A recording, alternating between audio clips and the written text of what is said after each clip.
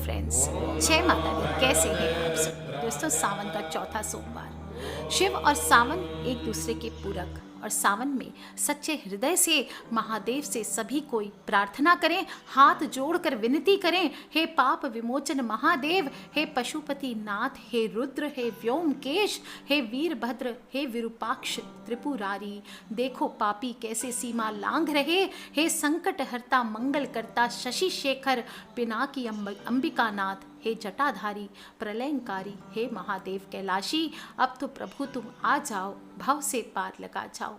बोलिए भोलेनाथ की जय। सावन का महीना यानी शिव का महीना, और इस माह में प्रकृति भी मेहरबान रहती है, हरियाली की चादर ओढ़ चुकी होती है, और इस माह में प्रत्येक सोमवार को भोलेनाथ की आराधना करना बहुत ही शुभ माना गया है। 27 जुलाई चौथी सोमवारी है, अष्टमी तिथि है, और अष्टमी तिथि वैसे तो दुर्गा की तिथि, शक्ति की तिथि, शिव की तिथि मानी जाती है, बड़ी ही बलवती और व्याधि नाशक तिथि मानी जाती है। और श्रावण माह में भगवान धरती पर उतर कर आते हैं। इस चातुर्मास का प्रारंभ होता है और 4 महीने के लिए भगवान विष्णु निद्रा अवस्था में चले जाते हैं।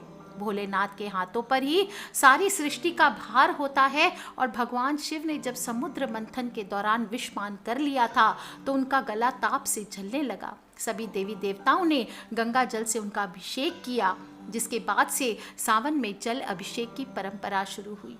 इसी माह में भोलेनाथ की पूजा करने से जीवन की सभी समस्याओं से राहत मिलती है। खास तौर पर जो भी दंपत्ति साथ में शिव पार्वती का पूजन करते हैं, उनके वैवाहिक जीवन में आ रही मुश्किलें दूर होती है, जीवन मधुर होता है। अविवाहित लड़कियों की बात करें तो सावन के महीने में व्रत रखने से मन चाहा वर मिलता है।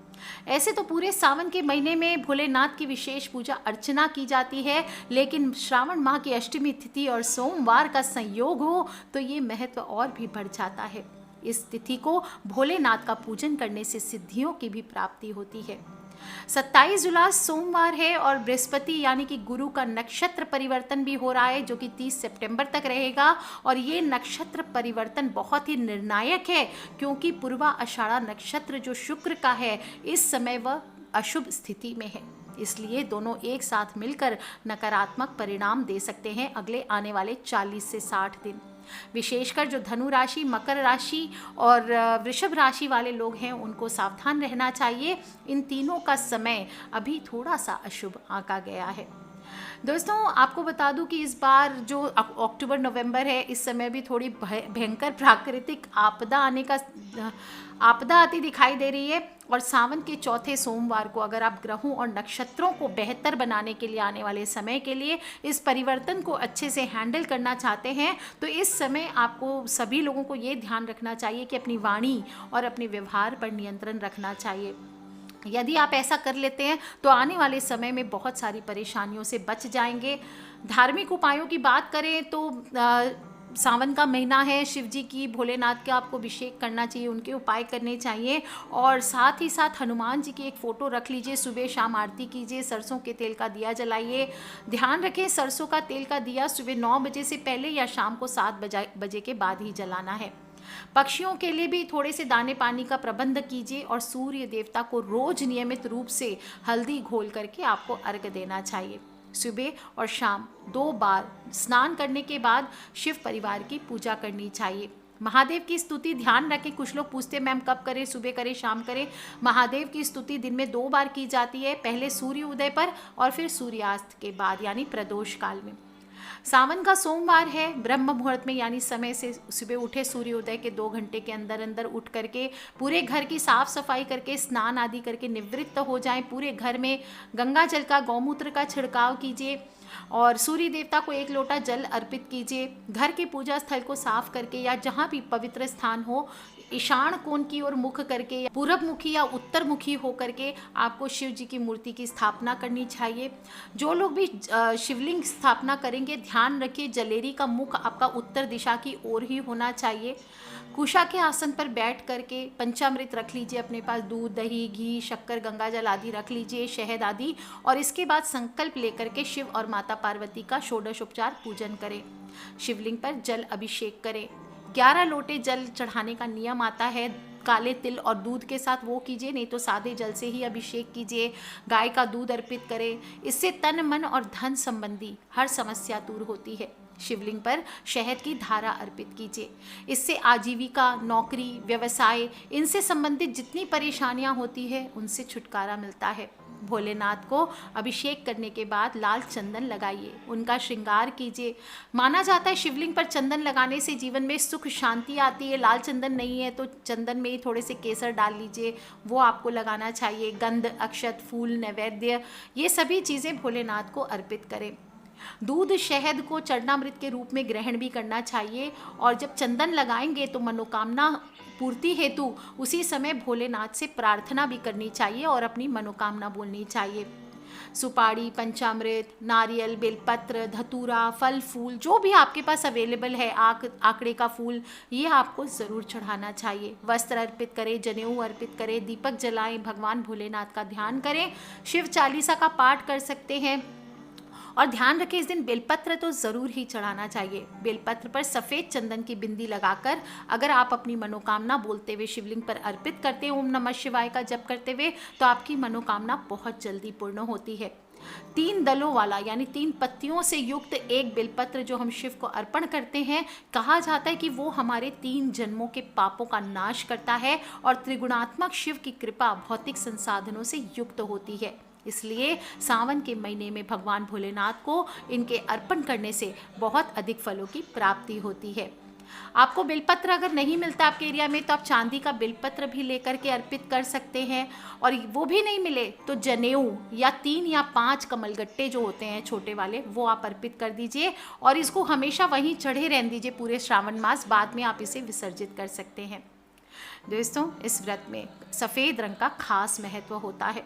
व्रत वाले दिन सफ़ेद कपड़े पहनकर शिवलिंग पर सफ़ेद पुष्प अर्पित कीजिए, इससे मनुष्य की सभी मनोकामनाएं पूर्ण होती है। पूजा करने के बाद आपको व्रत की कथा ज़रूर सुननी चाहिए। पूजा के दौरान 16 सोमवार की जो व्रत कथा होती है वही सावन में व्रत कथा सुनाई जाती है। शिव जी की आरती उतारें और शिव मुट्ठी ज़रूर चढ़ाएं। सावन का चौथा सोमवार है और आपको जौ चढ़ाना चाहिए 1 मुट्ठी। आप चाहें तो 1 किलो, 1.25 किलो जौ ले लीजिए, उसमें से 1 मुट्ठी चढ़ा दीजिए, बाकी का आपको दान करना चाहिए। 5वां सोमवार सत्तू अर्पित होगा। ऐसे करने से भोलेनाथ की कृपा शिव भक्तों पर ज़रूर बरसती है। इस दिन शिव पुराण का ही पाठ करना चाहिए। शिव गायत्री मंत्र की 1 माला का जप करें, अन्यथा 3, 5, 7, 11, 13, 21 या 33 बार भी पढ़ सकते हैं। 11, 11, 11 बार सुबह, दोपहर और शाम को आप पढ़ लीजिए। इस तरह से एक दिन में 33 मंत्र आपके पूरे हो जाएंगे। इसका बहुत महत्व होता है। भोलेनाथ की पूजा में 3 के अंक का विशेष महत्व होता है। संभव हो तो 3 बार रुद्र अष्टक का पाठ कीजिए और ओम नमः शिवाय के मंत्र से अंगन्यास इस दिन करना चाहिए। 1 बार अपने कपाल पर यानी फॉरहेड पर हाथ रखकर मंत्र सस्वर पढ़े, फिर दोनों नेत्रों पर और फिर हृदय पर। यह मंत्र योग शास्त्र के प्राणायाम भ्रामरी की तरह होता है, इसको करना चाहिए। भोलेनाथ की पूजा शिव मंत्र के साथ करी जाए तो भाग्य उदय के साथ साथ रोजगार, उन्नति, मन चाहे जीवन साथी, हर चीज़ में आपकी मनोकामना पूर्ण करने वाली होती है। शिव मंत्र का जप अत्यंत उपयोगी माना गया है, इसलिए आप साधारण और सर्वप्रिय जो सिंपल होता है, बिल्कुल सबसे ज़्यादा पंचाक्षरी मंत्र है नमः शिवाय, उसका जप कीजिए। षडाक्षरी मंत्र ओम नमः शिवाय, उसका जप कीजिए। गणेश जी का मंत्र ओम गण गणपते नमः, ये बोलते हुए आप सारी सामग्री से पूजन करें। सारी पूजा कंप्लीट होने के बाद प्रसाद का वितरण ज़रूर करना चाहिए। सारा दिन उपवास कीजिए, इसके बाद फलाहार या भोजन ग्रहण करें। शाम को मीठे से भोजन करें, ये अच्छा होता है। भोलेनाथ का व्रत 3 प्रहर का होता है। प्रदोष काल के बाद आप व्रत को खोल सकते हैं। इस प्रकार से सात्विक भाव से आपको पूजन करना चाहिए। अगले दिन भोलेनाथ के पूजन के बाद यथाशक्ति दान आदि देकर ही व्रत का पारण करना चाहिए। अपने किए गए संकल्प के अनुसार व्रत करके जो लोग भी उद्यापन करना चाहते हैं वो उद्यापन कर सकते हैं, और जो लोग भी 16 सोमवार के व्रत उठाना चाहते हैं वो इस सोमवार से उठा सकते हैं। जो लोग भी इस प्रकार सच्चे भाव और नियम से भगवान की पूजन करते हैं, स्तुति करते हैं, उन्हें मनोवांछित फलों की प्राप्ति होती है। इन दिनों सफ़ेद वस्तुओं के दान की महिमा अधिक होती है, तो इन चीज़ों का आप दान कीजिए और शिव परिवार से अपने इस परिवार की सुख समृद्धि के लिए हाथ जोड़कर मन से प्रार्थना करें। दोस्तों, इस प्रकार सावन के सोमवार के दिन भगवान शिव की सच्चे मन से पूजा की जाए तो सभी प्रकार के क्लेशों से मुक्ति मिलती है और मन की सारी मुरादें जरूर पूर्ण होती है। ये छोटे छोटे उपाय करने से आपको शिव शंभू का आशीर्वाद जरूर प्राप्त होगा, आपकी मनोकामना जरूर पूर्ण होगी। और इस प्रकार से सावन के महीने में सोमवार के दिन भगवान शिव और माता पार्वती का संयुक्त रूप से पूजन करने से वे प्रसन्न होकर मनुष्य को मनोवांछित फलों की प्राप्ति का आशीष देते हैं। इस व्रत से हर मनुष्य को सुख, सफलता, सादगी, संयम, सच्चरित्रता, स्नेह और सौभाग्य का वरदान मिलता है। भगवान भोलेनाथ हर विपरीत परिस्थिति में भक्त का सहारा बनते हैं और इस उपवास को रखने से आपके जीवन में तरक्की के रास्ते भी खुलते हैं। आशुतोष भगवान शिव की पूर्णतः कृपा मिलती है, तो आप भी कीजिए और अपने फ्रेंड्स, फैमिली, मम्मी पापा, भाई बहन, बच्चे सभी लोगों से निवेदन ज़रूर करें कि सावन का चौथा सोमवार है, भोलेनाथ का पूजन करें और अपनी मनोकामना को बोलते हुए एक मुट्ठी जौ इस बार शिवलिंग पर ज़रूर अर्पित करें। तो कर लीजिए ये उपाय दोस्तों और अपने फ्रेंड्स, फैमिली, मम्मी पापा, भाई बहन, बच्चे सभी लोगों से इसे शेयर ज़रूर करें। खिलखिलाते रहें, मुस्कुराते रहें, भोलेनाथ को सच्चे दिल से मनाते रहें, कनेक्ट कीजिए भोलेनाथ से, सच्चे दिल से बोलिए ओम नमः शिवाय, ओम नमः शिवाय, ओम नमः शिवाय।